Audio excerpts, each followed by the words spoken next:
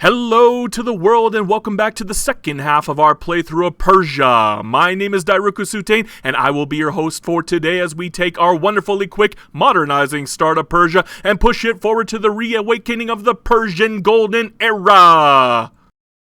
Previously on Victoria 3. We got our asses handed to us by the British, we fought to a stalemate against the Qing, we moved Persia out of the Dark Ages into a world of enlightenment, and we somehow managed to keep Russia on our side throughout it all. We're in a fantastic position to move forward, and I am confident that we can do something spectacular with this playthrough. But before we begin, I must ask you, have you hit that like and subscribe button yet? It won't bite. Maybe. I mean, I would if you put your grubby fingers near me, but it's an inanimate button, so it shouldn't, right? Slow transition. Gentlemen, this is our 50th year anniversary as Persia. We've gone on and tributized pretty much everything that wasn't bolted down by greater powers, and we're sitting on a nice stack of authority as thanks for our efforts. I think we're doing okay, don't you? There's a problem though, we aren't exponentially growing.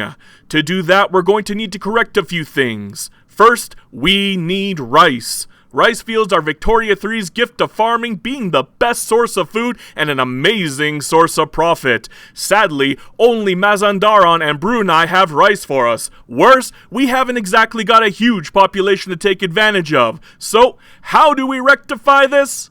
Well, first we're going to finish up what we were doing before by pushing through public health insurance so we can get parliamentary republic started and hopefully finish before we do anything major and it bites us in the butt. That's better. Now with that out of the way, we are going to declare war on Qing and bring them to heel. It seems the British have done us a favor and declared war to take the Guangdong provinces. This so weakened the country enough to give us a chance to chunk them relatively quickly with few losses. So let's do it! One eternity later. Beijing, Suzhou, you belong to me now. Look at that population explosion. Look at that legitimacy explosion. Now do you understand why I forced Parliamentary Republic out as soon as I knew I was going to war with Qing? It's because the head of state's interest group will give you a lovely plus 18 legitimacy by being in government, and monarchs often suck and only have landowners as their interest group. Beautiful. Just beautiful. It's only been one truly major war and we're already on the fast track to exploding in growth. Let's now take advantage of our recently conquered arable land haven of Suzhou and begin spamming all the rice fields. Then let's begin industrializing everything we can from coal to iron to construction sectors. While we're at it, we're gonna do something blasphemous and consolidate our gains in Qing by integrating them. That means lots of government administrations to get that tax revenue up, even at the expense of an endless wave of paper needs. Why? Because social mobility this late in the game isn't ideal. We also want to incorporate our recently conquered lands, as we want our Han counterparts to not only love us, but be educated too, so we can abuse their numbers to great effect. We also want the Han rights movement to be as relevant as possible while also being passive. This allows us to take multiculturalism without needing specific leader types, just from the movement pressure alone. Not to mention, the paper demand will also help our economy in the long run. That pressure, as well as a large number of radicals from conquest, are probably why you shouldn't pass any laws against the traditionalist or royalist movements after you conquer Beijing, unless of course you plan to force a fairly weak civil war. That means no voting laws, no feminism laws, no religion laws, and definitely no parliamentary laws. Of course, chances are if you do push through a civil war, it'll be on the recently conquered territory populated by the Han.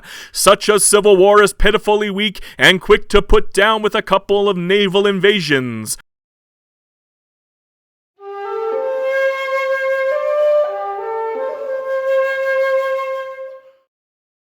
Did you think we're done with Qing? poor Qing is a bit of a piñata, because not long after the truce is over with, and we're still in the middle of getting multiculturalism, we're going to go to war with Qing once more. We'll naturally bring in our Russian allies again, since our goal is to overwhelm Qing as fast as humanly possible, so they can't really fight back. Naturally, in the last war, we didn't want to force our infamy too high, but we still want the best mappy center available to us, Shaanxi. Unfortunately, by doing this, we also guarantee that Russia will have yet another Central Asian state, but we can always take that from them later. I'd rather have a nice quick war, so calling in Russia is always ideal, since it opens up another front and diverts their forces. Now, would you look at that? Qing gave up without a fight. That's the majesty of using overwhelming force. I didn't get everything I wanted, but I got the main goals. It's enough, and though we're likely to keep on picking Qing for other minor war goals, now that we know they're weak enough to give up right away, we're going to walk away from this one true victors. Everything changed when the Brit nation attacked. Oh dear, oh dear, oh dearie me. Britain is finally taking another pot shot at us. Unfortunately for Britain, we're not the same weak Persia that was in the midst of modernizing. We are a force to be reckoned with. A powerful force with 189 standing armies and hundreds of potential conscripts. We're also still very much allied with Russia, who thankfully comes to our aid in the midst of this challenge. We deliberately only take Arabistan and releasing the Trucial States and Cape Colony as our war goals. We want something easy to complete and relatively close with a land-oriented front line so we can take full advantage of our Russian allies.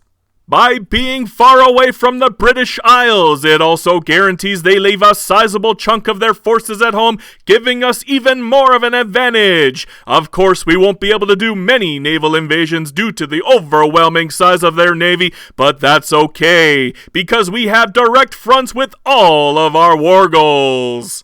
Now, like clockwork, we take down each war goal. Piece by piece, it falls. Britain is now left in a difficult situation. They can't actually invade us navally. We have too many troops ready and waiting to stop them. True, they are destroying our convoys with relative ease, but that's not enough for them to win this war. So inevitably, after 3 long, grueling years of consistent fighting and holding captured land, the war score ticks in my favor, and before you know it, Britain, the world's premier superpower, has lost against the rising force of Persia. Just look at that majesty. Persia is slowly unifying. The Trucial States are now alone and ready to be overtaken. The fools had refused before to trade fars back to us in this playthrough, so we are going to unify the Persian heartlands soon enough through force. Trucial States, your days are numbered. We're obviously running out of time, and though our GDP is skyrocketing at an alarming rate and our construction sectors are growing to match, we still haven't kicked Russia out of Central Asia, and we still haven't gathered every single state in Merv and Khorasmia. This means that our lovely little alliance with the Russians has run its course, and we are now battling against the time limit to get everything we want done. So naturally, we start by picking a fight with the Russians. We won't need them for any further wars. In fact, they'll be the only target we aim for in our future wars. So Russia, we're breaking up. It's not me, it's you. I naturally wanted to weaken Russia because I knew I'm going to be fighting them again in the future. But I knew that taking Ukraine as a war goal would take forever. That's time I don't have. So naturally I chunk Russia by taking out its eastern provinces and splitting the country into fragments. Invading navally from the east makes this a bit of a cinch to take the necessary war goals. Not to mention the war goals of of returning states that I have in the immediate front lines between me and Russia. Even still, this is taking far too long. Despite winning the war goals that I need to weaken Russia and push forward to the Eastern Frontier journal entry, many years have passed, and now my next and final war with Russia will have to be quick. Quick enough to beat the time limitation of the game with all of the necessary states to win the great game entirely. Russia, you are a tough nut to crack, but I will break you. Easy Katka GG.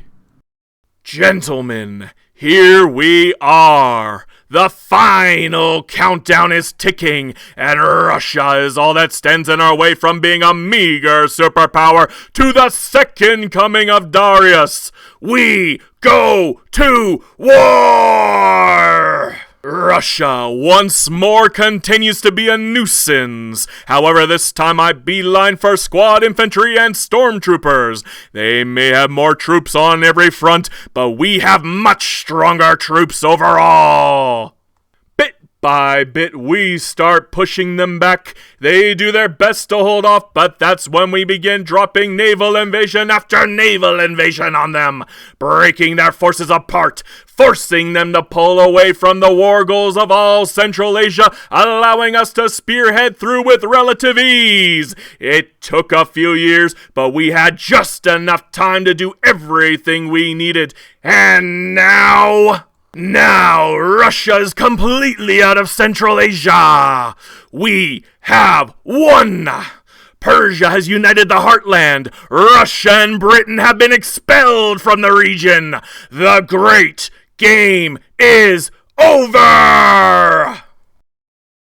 This is it for our very first playthrough. A very, very tough playthrough of Persia. Aggressive AI can always be a bit of a challenge, especially since they'll attack you without a hint of warning. We had to give up a lot of land to appease Britain and France throughout, but doing so kept us on the path towards stardom.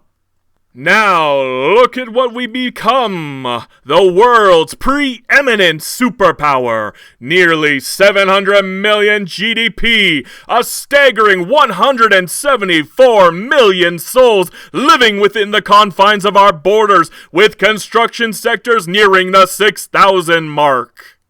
Could we have done things better?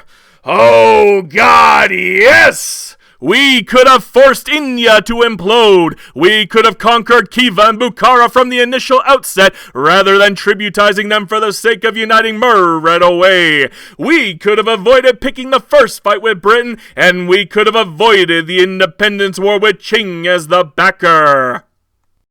Yet, throughout all of the trials and tribulations that we've faced, we've come out of it a beast to be reckoned with. Our 500 troop strong army will not be challenged, and Persia, now known as Iran, has finally received the recognition it rightfully deserves. I sincerely hope you enjoyed the playthrough. I understand I've done a lot of jarring format changes throughout my videos, including the use of this voice throughout an entire video, but you have to recognize something very, very important. I am a complete amateur at this. I do not know what works, and I am throwing pretty much everything I can at the wall to see what sticks.